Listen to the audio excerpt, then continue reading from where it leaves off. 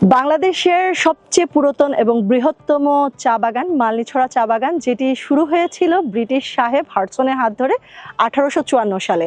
এটি আমাদের সিলেটের ইতিহাসের একটি অন্যতম অংশ এবং এটি সেই চা বাগান যেটি উপমহাদেশের মধ্যে সবার আগে বাণিজ্যিক উৎপাদনে গিয়েছিল।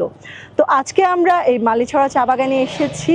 আমরা চেষ্টা করব আপনাদেরকে চা পাতা তোলা থেকে শুরু করে চা প্রসেসিংয়ের কতটা ধাপ আছে সবগুলো আপনাদেরকে দেখানোর, কারণ আমরা সবাই যখন চা খাই একদম রেডিমেড চা পাতা পাই, কিন্তু এই চা পাতা আমাদের কাপে আসার আগে কত ধাপ ঘুরে যে আসে সেই জিনিসটি আপনাদেরকে আজকে দেখানোর চেষ্টা করব। আমাদের সাথেই থাকুন।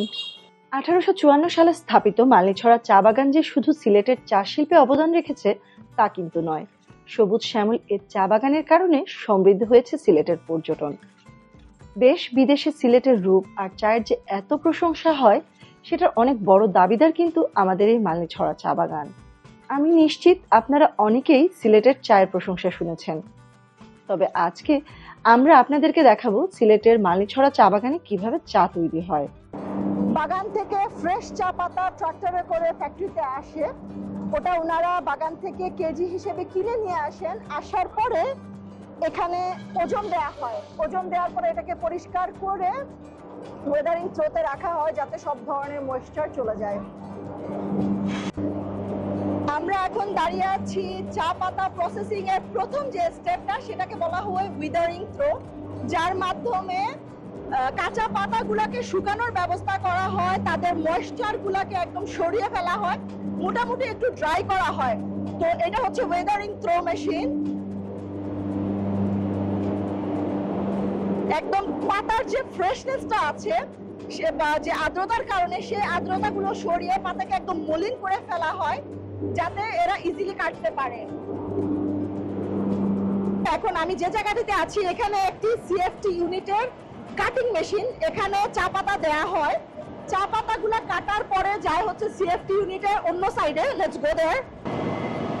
কয়েক ধাপে যখন পাতা একদম মিহি হয়ে আসে, এরপরে যে এই যে রাউন্ড শেপের জিনিসটা দেখা যাচ্ছে এটার নাম হচ্ছে গগি, এটাতে চলে যায়। গগির পরে এই বেল্টে আসে, এটা মিক্স হয়ে এই বেল্টে আসছে। এই কনভেয়ার বেল্টের মাধ্যমে কন্টিনিউয়াস ফার্মেন্টিং মেশিন বা সিএফটি মেশিনে যাচ্ছে, সিএফ মেশিনে যাচ্ছে। কন্টিনিউয়াস ফার্মেন্টিং মেশিনে যখন এটার ফার্মেন্টেশন হয়ে যায় বা জারণ হয়ে যায়, এরপরে এটি প্রবেশ করে হচ্ছে ড্রায়ার মেশিনে। আমরা ড্রায়ার মেশিনটা যদি দেখি, তখন একটু জায়গা দিবানি পুরা। আমরা যদি ড্রায়ার মেশিন দেখি, এই ড্রায়ার মেশিনে এই চা পাতাগুলো একদম হিট হয়ে আসে, একদম শুকায় আসে। If we take some, it's hot, very hot. এটার পরবর্তী স্টেপটা হচ্ছে ড্রায়ার মেশিনে যখন চা পাতাগুলো একদম ড্রাই হয়ে যায়, এরপরে এটাকে একটা কনভেয়ার বেল্টে দেওয়া হয়। কনভেয়ার বেল্ট এটাকে ক্যারি করে নিয়ে যায় হচ্ছে সর্টিং মেশিনে। Let's go. ড্রায়ারে চা পাতাগুলো শুকানোর পরে সেটাকে কনভেয়ার বেল্টে দেওয়া হয়। কনভেয়ার বেল্টের মাধ্যমে সেটা চলে আসে ফাইবার এক্সট্রাক্টরে। ফাইবার এক্সট্রাক্টরে যে কোনো ধরনের আঁশ সেগুলো চা পাতা থেকে সরিয়ে দেওয়া হয় এবং এখানে এটা চলে আসছে। এরপরে আরেকটা কনভেয়ার বেল্টের মাধ্যমে এই চা পাতাগুলো চলে যাচ্ছে হচ্ছে ভাইব্রো সর্টারের মধ্যে। ভাইব্রো সর্টারে এসে চায়ের দানা অনুসারে চা পাতাগুলো আলাদা আলাদা ব্যাগে ভরা হয়। যেমন আমরা যদি বলি সবচেয়ে বড় দানাটা হচ্ছে একদম উপরেরটাতে পড়বে, তারপরের সাইজের দানাগুলো এদিকে পড়ছে।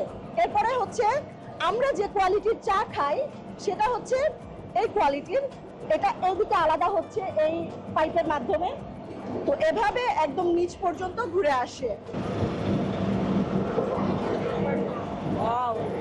স্মেল মানে অনেক সুন্দর, একদম ফ্রেশ। হ্যাঁ, একদম ফ্রেশ। 1854 সালে প্রতিষ্ঠিত মালনীছড়া চা বাগানটি সিলেটের ইতিহাস এবং ঐতিহ্যের সাথে ওতপ্রোতভাবে জড়িয়ে আছে। আজকের এই ভিডিওতে আপনাদেরকে দেখানোর চেষ্টা করেছি চা পাতা তোলা থেকে শুরু করে সম্পূর্ণ প্রসেসে কিভাবে আমাদের বাড়িতে আমাদের চায়ের কাপে এই চা পাতাটি আসে। আজকের এই ভিডিও যদি আপনাদের কাছে ভালো লেগে থাকে, make sure to give like, share the video and subscribe the channel. Facebook থেকে দেখে থাকলে ফলো দ্য ফেসবুক পেজ। সবাই ভালো থাকবেন, সুস্থ থাকবেন, আল্লাহ হাফেজ।